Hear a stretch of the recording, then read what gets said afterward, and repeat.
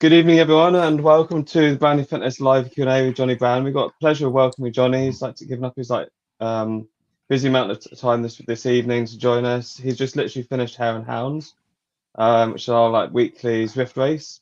And I just wanted to chat with Jonny initially, just say what you've been up to. I think you've just come back from some winter training in Spain, Jonny. You want to just talk about that for a couple of seconds? Yeah, well, in the short term, I've just finished the Hare and Hounds Zwift session, and I actually finished that about 10 minutes ago. And that's a really hard Brownie fitness ride that lasts about 40 minutes, and I think I've reached about 320 watts for 40 minutes. So I'm pretty tired. Got some food down me, a bit of fluid, and here I am. And yeah, I got back from Spain yesterday actually. We went out to Spain on a planned trip, but it was actually absolutely perfectly timed because the day that we left, obviously the snow came down. Our first flight on the Sunday actually got cancelled. We flew out a day later on the Monday and we went to Spain for a week, and it's absolutely beautiful. And it's somewhere we go quite a bit near Calpe, so it was absolutely beautiful to get some sun, be out there, some warm weather training, stay in a house out there in the beautiful Spanish roads, and I did a little bit of TT biking and just got some nice warm weather, so it's absolutely wonderful. I heard there was some pro soccer teams out there as well, Jonny. Yeah, so that area of Spain, the Costa Blanca area, is probably full of pretty much every single pro cycling team. You know, Jumbo was staying about 5 minutes from our house. We saw the Canyon team, the women's team, the SRAM team. Who else did we see? Astana were there all the time. All the French teams are out there. Pretty much every single ride you did, you saw far more cyclists than cars. So it was absolutely amazing. It still amazes me that you can fly 2.5 hours to southern Spain, and it's 24, 25 degrees during the day in the sun. The roads are beautiful. When you get behind the coast, it's really, really quiet, and the hotels are nice there, and it's just absolutely beautiful. So it's a nice way to go and get away from this cold weather, because I've got injured before training on the snow and the ice. It's just not worth any risk. You know, it's not just the big falls that you have. It's the fact that when you're running on the snow, you can change your technique a little bit, grip a little bit more, get Achilles injuries that way. So I actually don't think I could have done a run session outside for the last week. So it was a perfectly timed trip, and it was absolutely great fun. I absolutely loved it. Good, excellent. Running, I think if we dive straight into the first question we've got, it's actually about running. So what's your favorite running session that you do or you have done in the past? I think it varies. I know that's not really an answer to that, but for winter sessions, I like a build run. I think because it's a bit colder, and I'm not as fit. I don't really want to run super fast, so I quite like a run. It normally lasts about 35 minutes, and you kind of build 10 minutes at say 320 per kilometer, 10 minutes at 315, 10 minutes at 310, and then 5 minutes at 305 pace. So it's a nice build run like that. You cover some great distance. You feel like you've been out for quite a while as well. But as far as a summer session goes, I think my favorite session I've ever done, and it's probably because it was pre-2012 and we were fit, was 5 by a K off 75 seconds easy running. So I know it's a simple session on the track, but it's 5 by a K. I know that if I can do that in say 2:45 pace, that I'm really, really fit. Before London 2012, I remember doing that session. And I think our slowest kilometre was about 2:44, with our faster kilometre being about 2:34. So I remember that into London, we were absolutely flying. And I think that was the perfect session, because I love those days where you turn up at the track and you just feel like you run around. It feels so easy. You feel like you're floating around. And yeah, that was that session 12 years ago now. Wow, 2:30 pace is properly motoring, isn't it? Yeah, 2:30 pace is motoring. I don't think I've got me in that. I can do that pace now, but that was obviously pre-carb and shoes days as well. So I don't know what that is now. It's probably sub 2:30 pace. But yeah, I remember doing it 5 by K. Like I said, the slowest one at 2:44, and it just felt so easy. Cool, amazing. So next question we've got, Jonny, is how many hours of training would you do in a day, normally? Every day is very different. Yes, every day is very different. Yeah, so per week it's somewhere between 30 to 35 hours. With my longest day It's probably actually Tuesday that I've just done now. Well, not longest, but hardest day. Where today I've done a VO2 swim in the morning. 4.6k, of which 1,500 meters of it was hard. And then I did a run session. So which was this time of year, I did 12 minutes tempo into 12 lots of 300 meters on the track. So not too hard, but just kind of tempo effort. The 300s are more about kind of technique and getting that speed, that easy speed going. And then I've just done a Brownlee Fitness Zwift ride. So and that ended up being the best part of an hour and a half in total, of which 40 minutes of it was pretty hard. So that's a hard day. But as far as long days go, on a Sunday, this Sunday, I was out on the bike for 4 hours. I was on my TT bike in Spain, so I did about 130k. And then in the evening, did a 20k run. That was with a few efforts on the bike and just a long, steady run. So every day is very different, but I try and aim for about 25k of swimming, about 500k of riding on the big weeks, and then 100k of running. And on top of that, 2 gym sessions a week. Cool. It's quite a lot when you add it all up and you say it like that, isn't it? Yeah, it's a lot of miles, and it seems that way, and it is a lot of training. But my philosophy of training has always been quite simple, which is you protect your hard sessions. So for me, I know I need at least 2 hard run sessions a week, 2 hard swim sessions, 2 hard bike sessions, and then on top of that, you try and get as much volume in as possible. I didn't kind of believe in much of that kind of grey zone 2 training, but as I got older, I started to add more of that in, and I felt really, really fit from it. So. But yeah, when I say 30, 35 hours a week, I would say very little of that is really, really hard. Most of it is at talking pace and good fun. I was just about to ask you, like, what sort of percentage would be aerobic and anaerobic of that, would you say? The vast majority is. I wouldn't know. I'd have to look it up. But I guess of anaerobic stuff, you're literally talking. So the morning of a Tuesday swim, we're talking 25 minutes, aren't we? Tuesday run session, again, you're probably talking 20 minutes. And then, so with a bit of a Zwift race, about an hour on that day, for maybe an hour on Thursday. So probably best part of 2.5 hours, not much more than that. Is really, really hard. And the rest of it is just base training with some zone 2 in there. So less than 10%, really. Yeah, I'd say probably about 10%. There's probably a bit more, other bits more than I thought. So probably about 3 hours of the real hard stuff, and then 27 hours of aerobic. Yeah. So if we like switch a little bit and just next questions. What are your like goals and targets for 2025? What are you looking to do? What are your aspirations? Without sounding too kind of cliche, I think my aim for the next couple of years is to enjoy it. I feel like I've kind of lost the enjoyment a little bit over the last few years of maybe taking it a bit too seriously, having goals, just focus on them. My body's, had niggles and things like that. So I just want a couple of years of really, really enjoying it. So I've already started that by doing different things, things differently. I did a cross country race, the Yorkshire Champs, about 2 weeks ago, and I realised how hard 11k on the cross country is. It was absolutely brutal. But again, it's just something that I want to do, something different. And then I'll start my season with a couple of 70.3s and half Ironman distance before going into Super Tri. I might actually start with a Super Tri indoors in early April time, actually, and then a few 70.3s and then some Super Tris towards the end of the year. But more than anything, I want to be competitive in all those races, but turn up and enjoy it. Go back to why I really started the sport. Yeah. Well, it's sort of like 70.3s, or do you know which ones you'd be looking at doing, or have you not quite decided yet? I started looking the other day, and I really enjoyed racing in Gran Canaria when I did it a couple of years ago. Although I actually forgot to drink in that race because I just got carried away, didn't drink anything, and absolutely blew up. But so I'll probably start in Gran Canaria, and then in end of April. That's a challenge race, and then a few Ironman official races that I actually need to look at over the kind of early summer months, and then into some Super Tri racing. Cool. We do have a question that's coming. I think you probably just answered. I'm going to ask it anyway. But any plans for Leeds Ironman this year? I think it's probably like think you've kind of answered that already, but Yeah, well, I kind of toyed with that because obviously Leeds have an Ironman, but I think there's likely to be super trail races around there.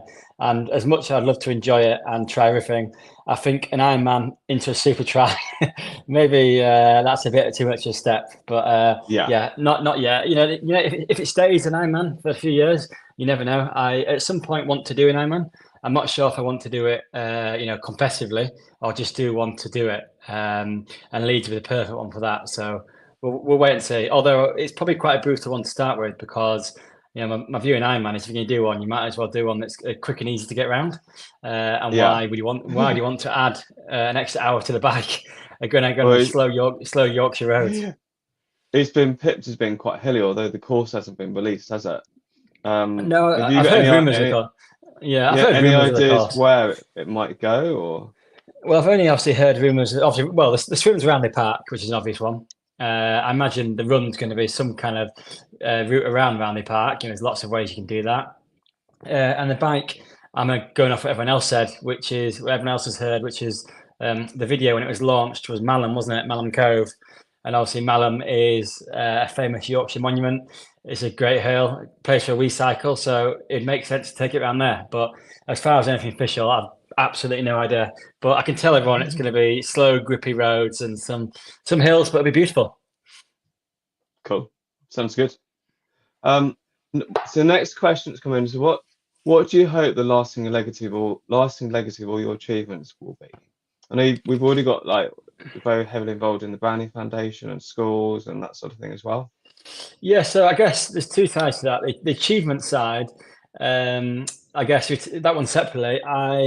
Again, there's two bits to that. I think London 2012 was obviously massive, so I'd like to be the legacy of that is to show British athletes, British triathletes coming through that we can compete on the major stage.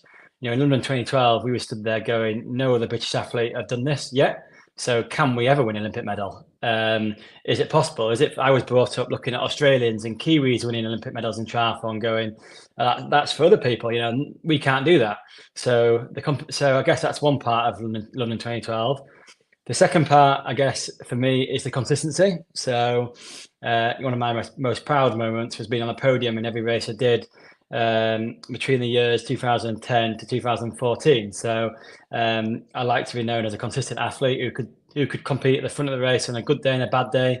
And the whole that time avoid punches, crashes, bad days. Getting caught out tactically, missing the swim pack, and that never happened. So I'm proud of that. And as far as the other legacy goes, obviously the Brownlee Foundation is something that I'm incredibly proud of, and something that's still growing. We've had over 60,000 children have done a triathlon for the first time during the Brownlee Foundation. So there's all sorts of that. A legacy of getting children active, of teaching children what a triathlon is. I'm still from the days of when I was at school and I'd say I'm going to do a triathlon at weekend. They would say, well, what does that involve? Does it involve horse riding? And I'm like, no, it doesn't involve horse riding. So, hopefully that's been a big change. So hopefully a legacy of we have left the sport better than when we found it. Brownlee Fitness is obviously something that I'm incredibly proud of as well. Getting people active and enjoying sport.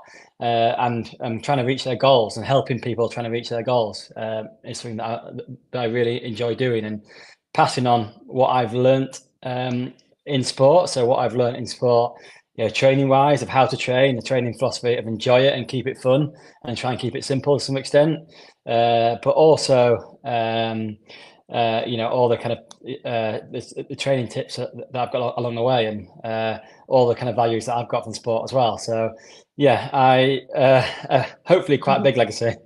Yeah, it's good you said tips. The next question we've had come in is actually, have you got any tips on improving swimming technique and areas you'd work on regularly, or is it just swimming as much as possible? Well, no, it's not. It's definitely not swimming as much as possible because you can swim badly. So my first tip to that is I would get someone who knows what they're doing to watch you, or get someone to record you and send it to someone who knows what they're doing. Because to sit here and obviously say do this for swimming is really hard without knowing what your stroke is, what you need to work on. But I guess the overall tip for swimming for me is try and slow it down. I think I even learned that, it's not all about going as hard as you can and throwing your arms around. It's about as going fast as you can, as easily as you can. So some days, even I'll turn it to the pool and go, I just can't swim that time. It might be a second or 2 seconds slower per 100, but I'll slow it down, keep my technique good, and just keep it that way. Just accept that there's no point me throwing my arms around to go as hard as I can. So sometimes slow it down and relax. And obviously there's loads of drills you can do, but it'd be really hard to say what drills are best without getting someone to look at your stroke and going from there. But again, I would say, if you can, get someone to watch you swim that knows your stroke and has watched you before, once a month if you can, or once every 2 months, because I'm always changing in my stroke. I'm turning up to the pool even after a week away in Spain, and the swim coach will say, "Oh, your left arm's coming out a bit wide." Or definitely. There's get someone to watch you. So like it's good, like, so basically like, focus on efficiency, economy of motion, just like trying to just slow it down a little bit, really. Definitely, yeah. If we move on to the question on the bike, how have you found adapting to riding a time trial bike? Really good question.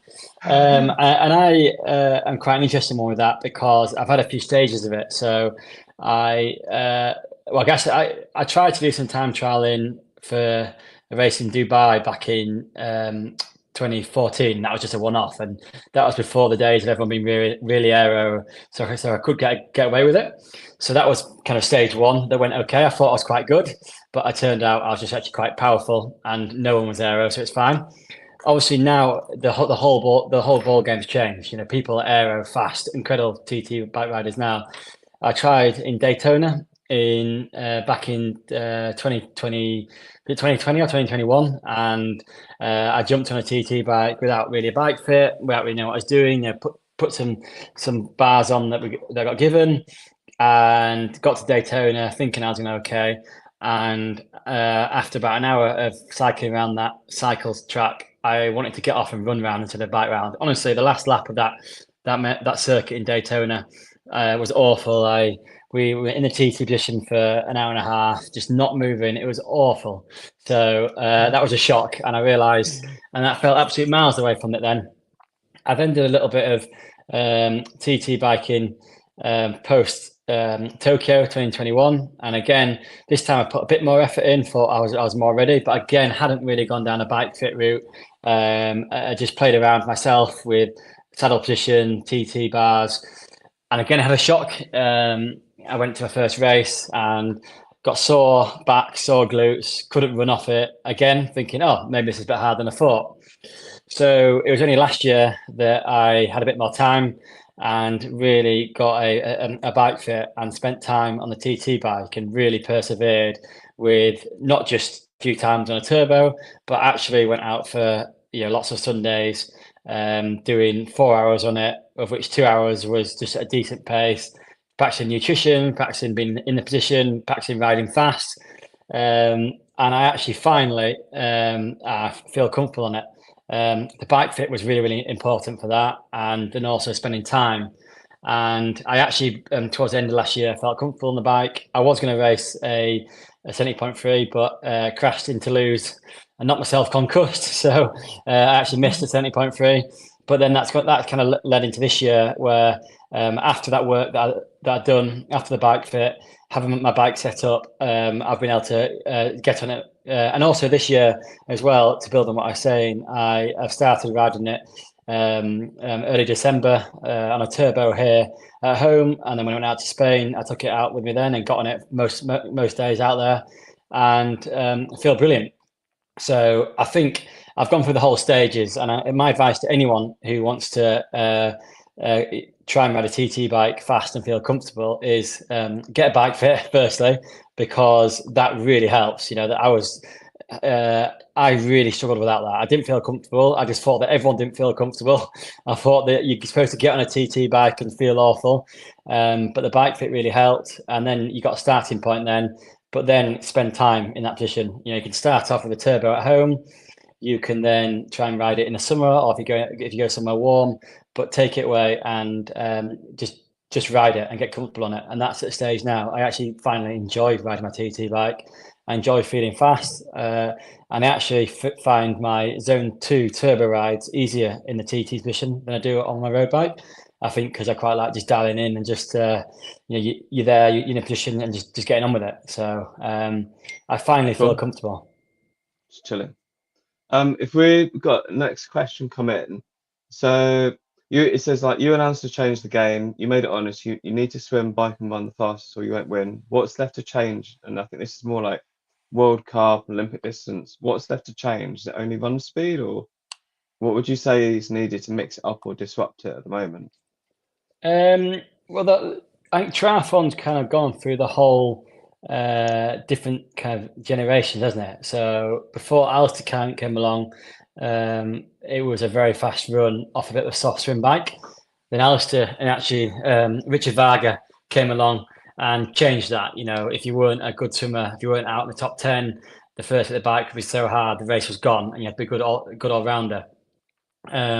But I still think Alistair ran fast. I still think London 2012 was the fastest run out there. And, as far as a 10K time that Alistair could have done at his best, I still think he would have gone 28.0, 28.10, that kind of pace. Not off the bike, I mean, fresh. So Alistair could run fast as well as having a really good swim bike. But now, if you want to compete, you have to be able to run really fast. You obviously have to be a decent swim biker to make sure you don't get caught out. But most times it's coming down to the run. So you want to be a low 28-minute 10K runner fresh and be able to run low 29 off a bike. That's not to say in the next few years that won't change. Who knows what's going to happen when you haven't got Christian driving that chase pack as much, and who knows, it might go back to more of a swim bike breakaway. You might have more young guys coming through who want to really push it. But I think over the last few years, the culture's just been the pack behind knows how to get organised. They know they're going to catch. They've done it before. The pack at the front of the race knows, oh, we're going to get caught. So what's the point? And they're kind of lacking that general to really take it on. So it'd be nice to see that change. I also think the courses need to improve as well. I think the courses in the World Series aren't quite as good for a breakaway as they were back years ago. We've lost the likes of, well, the obvious ones like Kitzbühel Hill, Madrid, where you basically have to just hit it really hard at the first hill. Decent Hamburg course like it used to be, that's changed. Stockholm with the cobbles. So nowadays it tends to be big open roads where it's really hard to get a break going. Cool, brilliant, great answer. So we get this was maybe a slightly different topic. So this one's must have come on Instagram or Facebook. So know you've got Brownlee Fitness, which has been run on your behalf, and obviously you're heavily involved in, as we know. Would you consider becoming a one-to-one coach? Well, yeah, we were actually talking about this the other day. Brownlee Fitness is absolutely brilliant now, and I'm more involved now with some more time, and I love that side. Like I said before, I love passing on my knowledge and my experience of years of triathlon, and I love helping people. I love people having a goal and achieving it, and I think because I've had so much of my life has been about having a goal and working towards that and getting that great feeling when you've achieved it. I want to see other people do that as well, and I get a lot from that. So yeah, and as far as one-to-one coaching, definitely in the future. I think if you'd asked me kind of 2-3 years ago, I'd have said no. And I think the reason for that is because I was so focused on my own sport that I don't think I had room to kind of help other people in the way. I think that kind of selfish athlete mentality of no, I've got to rest. I've got to focus on me. Anything out of that is just too much thought power. Whereas now I definitely feel that's changed, and I'd love to help people achieve their goals. Cool, brilliant. This is a really good question. It's quite an interesting one. How important is it for you, and maybe for Alice as well, but knowing about the history of sport, or what lessons could you draw from like triathlon's history and pioneers? Yeah, well, I'd say it's important. I'm a history student, obviously. I went to Leeds University to study history, so I'm obviously a big fan of that, and a big fan of, well, I believe that what went before kind of, leads to what's happening now massively, and we can learn from that. But at the same time, I guess what we learned in London 2012 is history is there to change. If we'd kind of believe going to London 2012 that our British just don't win medals at Olympic Games, we can't be competitive, then you would have been beaten on that day. But I'm always learning. I like to think if you ask me questions about the triathlon's past, I'd know about it. The Olympic kind of sphere, definitely. And yeah, I think we can learn a lot. And I think if you want to keep on improving our sport, we have to look back at what went well and what we can learn from, and what we can improve on to improve the sport going forward. And I think we're at a really interesting time for triathlon at the moment, in that there is so much going on. We have to almost be careful and try and get the different organisations to work together for the good of the sport. And as an athlete, it's hard, but it's interesting times, because it's hard because you got so much to choose from. I know that's a great problem to have, but back in my good years, if you want to go to Olympics, you're fully committed to the Olympics. Whereas nowadays, people go off and do different things. So, and it's a great time in the sport. We just need everyone to come together for the greater of the sport. Yeah, there's quite a lot of different races, isn't there? You've got T100, 723, we've got, Olympic distance, Xterra, Super try. there's got a super try as well. There's quite a lot, really. So it's great, and there's lots of diversity and lots of different variety in it. Yeah, like making sure that all kind of matches, and I'm sure they do. Those organizations must like chat and at some point like work out race dates and stuff, things like that. Um, if we're gonna switch a little bit, obviously we're at the Olympics this year, and Alex Yee was amazing, and like Alice really helped him. If we think about like who might be up and coming, so who would you think would be like the ones to watch, male or female, coming through? Males, I think, is an easy one. Hugo Milner is obviously an incredible runner, and is someone that I've worked closely with Super Try and been to races with. And I genuinely believe that Hugo will win a World Series at some point next year. The race will go his way. I still think if he wants to be a guaranteed Olympic medalist, he needs to work on a few things on his swim, but definitely on his bike, which he definitely can do. But yeah, he will and should be a medal contender in LA. And there's a Spanish lad, Cantero, he's called. I actually raced him at the it was meant to be the European Triathlon Champs, but turned into the European Triathlon Champs last year, or 2 years ago. And he's a great runner, and he's improving his swimmer. He's improving his swim, so I think he'll be good. As far as women, I honestly don't really know. I've not seen a massive amount that really goes, wow, okay, they're going to be the standout going forward. So I think as far as the women goes, it could be very much a continuation of Beth, Cassandra, the other French girl as well, being very strong. So I can't see an awful massive change for that. Cool. Okay, fantastic answer there. What advice would you give to junior triathletes who want to go big, or like kind of make a name for themselves, or just like break into like the pro field? Like what would they have to do? What sort of races might they have to like try and target, or maybe even give them like targets in terms of swimming, cycling, running for like Olympic distance? What you know? Yeah, I guess for targets, I would say you want to be able to swim a 4:10 to 4:15, 400. But ideally swim that knowing that you are a good open water swimmer, not just you're a great pool swimmer who can turn well and a big strong person. So you want to be able to swim that time, but be able to convert to open water. Cycling is hard to give kind of power numbers, but you want to be able to go to your kind of local crit race and I guess be very competitive and be one of the strongest cyclists in your area and be able to handle your bike well. And then running nowadays, like I said, you want to be a 28:30 runner, 28, or you want to aim to be about a 28:30 minute 10K runner fresh.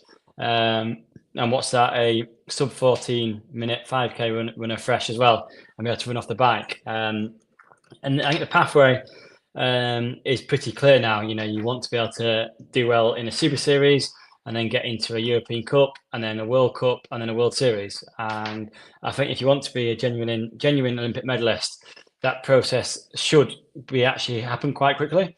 You shouldn't need many opportunities to go to your first World Cup, be competitive, and get to World Series quite quickly, and then be competitive. But at the same time, that's getting to World Series quite quickly. But be patient and realizing it might take 2 or 3 years to be competitive at a World Series level. For Alex is a great example of that. He's an incredible athlete, as we all know. But it took him a couple of years to crack the World Series, and that's from the bike, and then using his run, and now he can do it. He's dominant. So it does just take time. And I think it's probably like going back to what you said earlier. It's like it's not about training yourself into the ground. It's emphasizing like lots of aerobic work and like not overtraining yourself or jumping up the volume too quick and think like I've got to do this to be competitive. It's a process, isn't it? Really? Yeah, definitely. And another thing is with your training, kind of build it up slowly, and don't, like you say, train your talent out of yourself by just being absolutely shattered all the time, that you can't actually use your strengths. And you might see or hear what pros do, but also take that with a pinch of salt, especially what people do, because you might have heard these mega weeks they do, but they might have done it once in their whole life. So don't try and do that every single week. Listen to people around you, but also challenge people around you as well, because that's also a good skill to have. And if you have the right coaches, they should be fine with you challenging them as well. But I think the main thing with triathlon is, if you want to be competitive, you have to enjoy the training you do. Like I said before, I train for 30 hours a week, and if getting my shoes on for a run every time was a chore, then it'd be very, very difficult. Going out for a bike ride every time was a chore. It'd be such a hard sport to do. So enjoy it and keep it fun as much as you can. And also, I guess, don't go into it to try and make it as well, in a way. Go into it because for the right reasons, which is you enjoy racing, you want to see how you can improve, you want to see what level you can get to, and it's not about making it. It's about just steady building on each step. Yeah, cool. That's brilliant advice for people. I'm going to switch, but slightly more of a personal question, I guess. If you weren't going to be a triathlete, Jonny, what other sport would you do? I know that might take you back to like when you were at primary school, I guess, but well, I guess another bit of advice for people who are a lot younger is, as well, play as many sports as you can. I swam, bike and ran from the age of 6 years old, but I also played water polo to quite a high level. I played cricket. I was rugby captain at school. I played football for the local team, and naturally, one by one, they fell away. An example is I used to play football on a Friday evening to play on Sunday.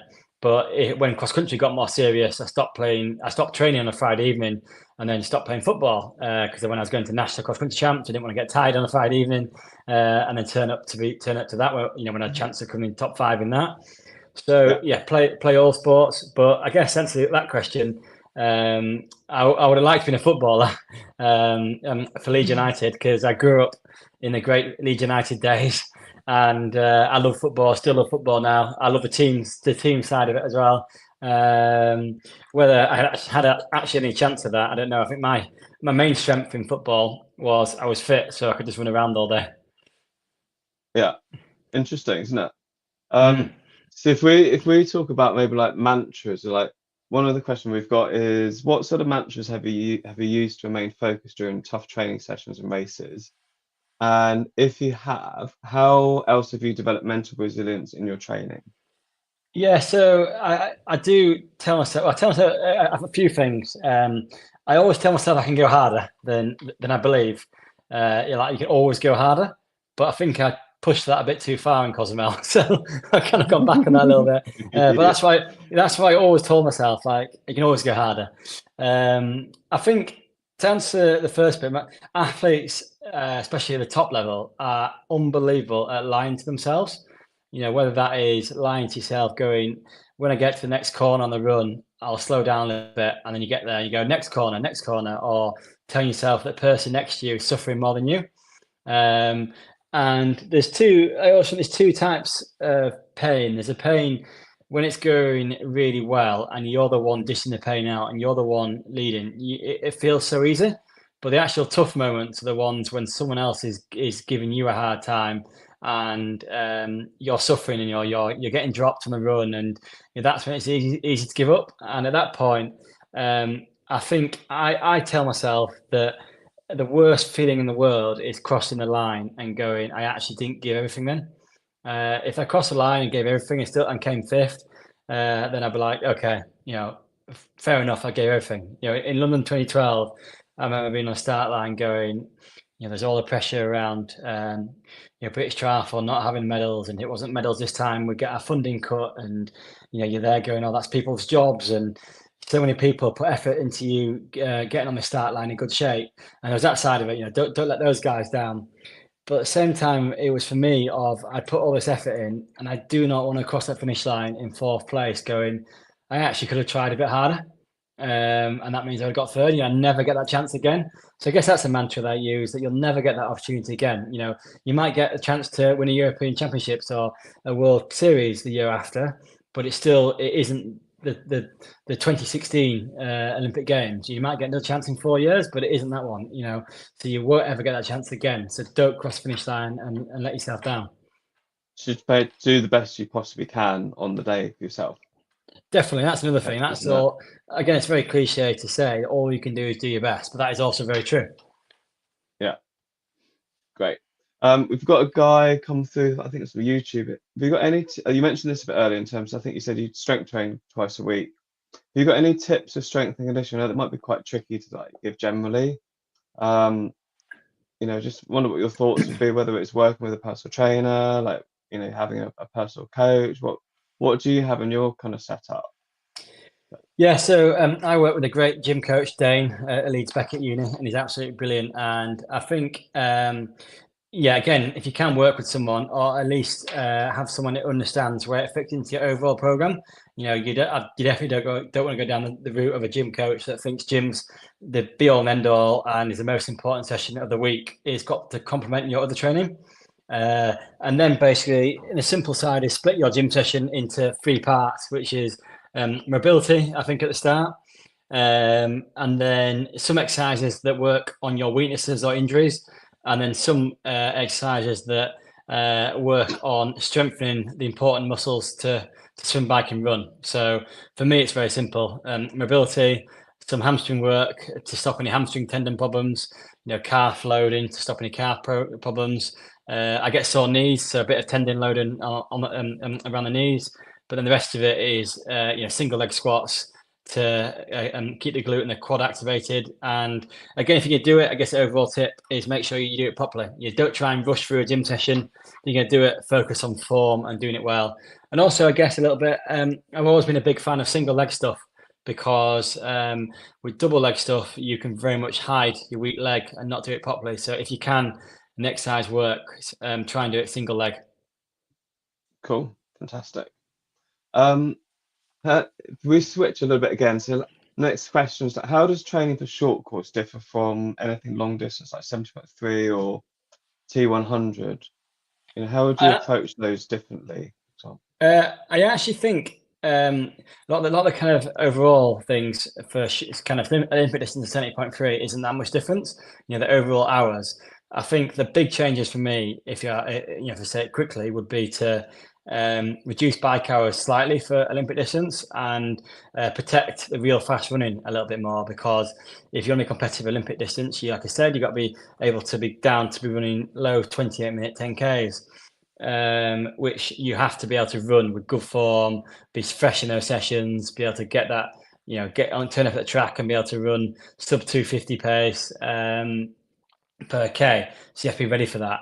Whereas for the 70.3 T100, you are more focused on that kind of efficiency at threshold, and sessions about kind of getting yourself really efficient at that 3:10, 3:15 pace, and then also some long sessions off the bike to build that time of just running under tiredness. So you don't need that real fast work. So that's the main difference. For Ironman, obviously never done it, but that's a whole different ball game. I'd say that's a completely different kind of way of training that definitely involves. I would need as well, per week, 1 or 2 days where they are really long days where you're getting that kind of 6 hours in of work back to back, because that's something that I've not needed to do. And would you approach like a different race? I think we probably do know the answer to this, but how would you approach different courses? Would you try and train on the course throughout the year? Would you, like, if you were going to do like a big event, say a T100 or F75 or would you kind of like mimic the course around from where you are? Yeah, well, I would try and mimic the course around where I am, but only in the last kind of 2 or 3 weeks leading into it. As long as it doesn't affect your training too much, it's always a balance between your fundamental is you want to turn up to the race as fit and as fresh and ready to go as possible. If getting ready for a certain course means you've got to drive 3 hours and add 6 hours each side of the day, it's just obviously not worth it, because you're gonna, I believe that that extra rest is more important than that.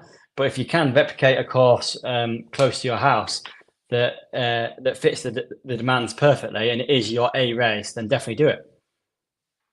Cool. Great answer. Great answer. So I think we're going to talk about racing a little bit. So what is it about T100, for example, that excites or challenges you compared to traditional triathlon formats? If it does Um, excite you. it does excite me 200. I think it excites me because I like to see the best athletes at that distance racing around the world regularly against each other, and that's been good to see, and on different courses as well, because it allows different athletes to use their strengths. You have some days like in Singapore where it's really hot, so a different athlete might win that compared to an athlete that races in San Francisco and it's a lot cooler and the course is a bit hillier. So I like the fact that it's different days and different athletes, and they race each other regularly. They turn up in the best shape on that day. I think that excites me. It excites me that the best all-round triathlete wins, because obviously it's a 20 meters draft zone, so you're not getting an awful lot of draft in there. And again, it's good to see triathlon on the major kind of stage again, on Eurosport, with hopefully lots of people watching. So I think the 200 has been great for the sport. Yeah, it's really been like showcased very well, isn't it? It's lots of like media coverage live on YouTube, Eurosport. It's made it really like noticeable. Yeah, the And commentary's been good. And Jan's commentary I think has been really good to hear. yeah, Because on one hand, he knows what he's talking about, and secondly, he's not scared of saying it. So yeah. I think sometimes I'm probably a bit too nice to be a commentator, because I wouldn't want to say some of the stuff he says. It's But yeah, it's what it needs. it's been really great actually listening to like the pre-race sort of like briefings and interviews and then post-race interviews, and so it's not just the racing you're getting to see, you're learning how people are training, like different athletes, aren't you, as well? Yeah, I think that's I think Supertry did that really well, of showcasing the personalities of triathletes, because so World Triathlon did that really well back in the day, and they used to have documentaries and follow athletes around, and a bit more you understood more about athletes. But I think they've lost that a little bit, and then Supertry came in and changed the game on that, and really tried to actually push that and show athletes' personalities and do documentaries about athletes and show that there's more to them of just what you see in race day. And again, T100 is the same. And that's one way of growing the sport, is get people to learn more about the athletes, so they actually follow them and are interested. Yeah, fantastic. Cool. I'm going to switch topic a little bit. So would there be any like skills or disciplines potentially for like people looking to break into the sport, or like age groupers, you could recommend maybe like cornering or descending on the bike or open water tactics, and then any you might be working on yourself like to refine in 2025? Yeah, well, there's absolutely loads. Obviously, one great thing about triathlon is there's loads you can work on. I guess I would say the obvious ones, if you get into sport, try and really nail the swim technique. early, because if you don't, you're always going to cap on your swimming. Doesn't matter how fit you are, you're not going to be able to swim your real top level because you'd have rushed it. And sometimes it might take a bit longer, but in the long run, it'll be worth getting good technique. And then don't be scared. Get your open water skills nailed down so you're not scared of swimming open water, because it shouldn't be scary. Most of the time you're in a wetsuit, so you are very safe. But get very confident in open water, because you don't want to be starting race day going, oh, I'm just so nervous about this swim. So if you can do that, cycling, ride with other people, because there's a big difference between riding fast and smooth and cornering well than just sat on your turbo, churning your gear to learn how to ride fast. And again, that's something that, to pick up my second point, that I'm trying to learn is for my long course racing, definitely trying to learn how to ride fast on a TT bike. You know, where to put the power down, where to get aero, where to think about, not just thinking about your power meter and stand up out the saddle, but keep fast, power over the top of hills, get into aero position, and just learn how to ride fast rather than to decent power. And again, that's another thing I'm working on in the super tri racing is being able to corner well. You can always improve on that, being confident, and then being confident in the group, and again, be able to ride fast so you can hurt other people. Again, where to put the power down, where to sprint, where to ease off. And then on for the super tri stuff for me, I'm always trying to improve transitions. Can I get my shoes on quicker? Can I develop some new bike shoes that I can put my feet straight in immediately, or elastic laces for run shoes? Can we do that better? So I'm always trying to improve that, especially as I'm getting older. I need every advantage that I can possibly get. Brilliant. Cool. I think if we keep it on like longer distance a little bit. So next question is coming. I just want to say as well, we've got about 8 minutes left. If anyone wants to ask any more questions, just fire them across. We'll get them over to Jonny as soon as we can. So if T100 is in London again this year, which I believe it is, would you like to do it as a wild card if it didn't clash with anything else you were doing? Yeah, if it doesn't clash with Super Try, then definitely I'd like to do it as a wild card. I want to do well in a Super Try series, so that's going to be my main aim. But if it doesn't clash, and my first couple of 70.3s at the start of the year I've been competitive, then definitely I don't want to go if I'm not going to be competitive and I'm going to get blown out the water on the bike, because I've seen some of the numbers that Alistair puts down to, and he it's very competitive on the bike and overall, but I see what you need to do that. So if I can get close to that and be half decent, then definitely. Yeah, cool.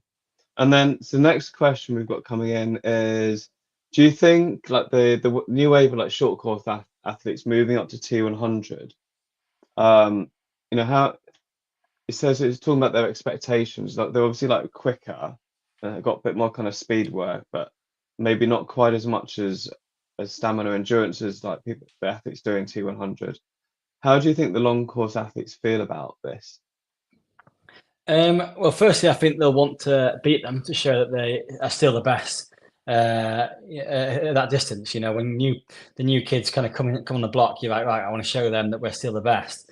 But I think they're always going to be worried about the run speed, especially over that kind of 18k distance, because 18k is actually a lot better for a short course athlete than 21k, because that extra 3k makes a big difference.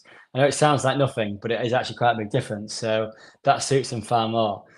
So I think they'll be worried about the run speed. You've already seen that with Geens and stuff. Getting off of the bike and be able to, even though he might have lost a little bit of time on the swim bike, he's been able to run back, incredible amount of time. So they're going to be worried about that. And a lot of the short course guys are going to come into it, and their swim's going to be really solid. They're not going to get dropped; they're going to be there. So I think what you might see now is some people trying to really, really push the bike to get rid of the short course guys and build a buffer, and that actually might mean them overbiking and then blowing up completely. Okay, that's good. That's interesting, isn't it? So what if they were coming through like, so would you say, or would you think like a short course athletes, what would you think or suggest they're training up to, or like would they be doing like 16K as a long run, then 18K is just not too much more? Or is it more of a mental thing? It was half marathon. I don't think. I think the main changes they make with the training is what I kind of said before, which is you take out some of the real top end fast running, replace it with more kind of efficiency at threshold, and then get some longer runs done off the bike. So instead of practicing doing a hard kind of crit bike session and getting off and running 3 by Ks, really really hard to get yourself ready to run a 5K off the bike, they'll just be doing more kind of long runs off the bike to get rid of that duration and get efficiency Yeah. at like 3:10, 3:15. And apart from that, there won't be massive changes. So, and you're seeing, a lot of the short course guys have been able to switch to 200s off not that much training, not that much, many weeks of it, weeks of training. That they can't have changed much. And Van Riel and Gaines can't have changed much because they're pretty much racing World Series and they're going straight into the 200. So, I don't think they'll have to change that much. And sometimes the short course guys actually do really well for the first couple of years because they have carried that speed through, and then they just top it up with more endurance focus, and they have a good couple of years where you're in the kind of the great period of having speed, but then kind of topping up the base. And that's what we might see. And you actually might see as years go on, it actually gets harder for these guys because they lose a bit of the speed. That's really interesting to hear and listen to, actually. Just to see how those athletes, like after a couple of years, like we all kind of know, once you do longer distance, generally, unless you keep a bit of a top end, you can tend to lose that speed. It's quite important to try and keep it in, isn't it? Oh, it definitely is. It's really important to keep it in. It's also really hard to keep it in because there are sessions that are painful. Like I said before, my favourite run this time of year is a build run. What I don't want to do, especially now I've got a bit older and done a bit more kind of training in my legs, is go to the track and hit out a 240K straight out, out the door. That makes me really suffer. So the speed sessions are the ones you don't want to do because they're the ones that you find harder. So the short course guys might stop doing that with more bike miles, with more run miles, and just lose a little bit at that top end. Cool. Brilliant. I think we're just going to do another couple of questions before we wrap it all up. So one question about your brother. So do you know how Alice is finding retirement? Well, I think at the moment I've not seen much of him because he's got a few other projects on the go, and also I think what's happened is you spend 15 years saying no to a lot of things, whether that is skiing or nice trips abroad that people offer you. And then I think he said a yes to a lot of those things. So he's actually not been in the country that much, or when he's been in the country, I've been away. So I've actually not seen him. So I'd say he's enjoying it because he said yes to a lot of things. And that could be going to watch Leeds United or going skiing or anything. So I think he's been very, very, very busy and probably enjoying for once, not waking up in the morning going, I've got to do my training. That's the most important thing. Yeah, definitely. I think if we just finish with one question, it might make you a bit hungry because you've done Hare and Hounds, but where did you look into the best kind of food, like recipes or dishes to eat on like a day-to-day basis to help with your training? So you're not hungry, finding the right balance, but staying like tasty and like, so you find, you really want to have them. Well, for main meals for me, I'm pretty boring, to be honest with you. It could be salmon and mashed potato and vegetables, or fajitas, or Thai green curries. It normally tends to be stuff that are quite quick to make because I'm quite hungry. But my best tip as far as preparation goes is I have a pressure cooker that every night I make my porridge in it. So I'll put oats, raisins, prunes, coconut butter. That's the secret. Put it all in, milk, a bit of water, anything you want in there, and then put it on a delayed start. So when I wake up in the morning, it's ready to go. And I never do my first session without eating. I think I turn over food quite quickly, so I'm always hungry in the morning. So that just gives me a really good porridge to start the day. And then I can snack on that during the day as well. So it's easy, it's simple, and it's there that I can get out of the fridge or leave it in the pressure cooker and eat it during the day. And it keeps me away from eating biscuits and sweets when I don't need them. Fantastic, brilliant. I think we're going to wrap up there and just thank Jonny very much for his time and answering all your questions. we'll do more of these, and I think he's probably feeling quite hungry now as well after that. No, thank Especially you for doing that. Hare and Hounds. Yeah, and yeah, just thank you very much indeed. No, thank you for that, and thanks for good questions, and well done for being a good host. So, no, thank you. Thank you. Great. So we'll speak to you all again soon. Like everyone, keep in touch. Let us know how this all went. If there's any more questions on socials, you can always just send them across to us, and I'm sure we'll get them answered as well. Fantastic.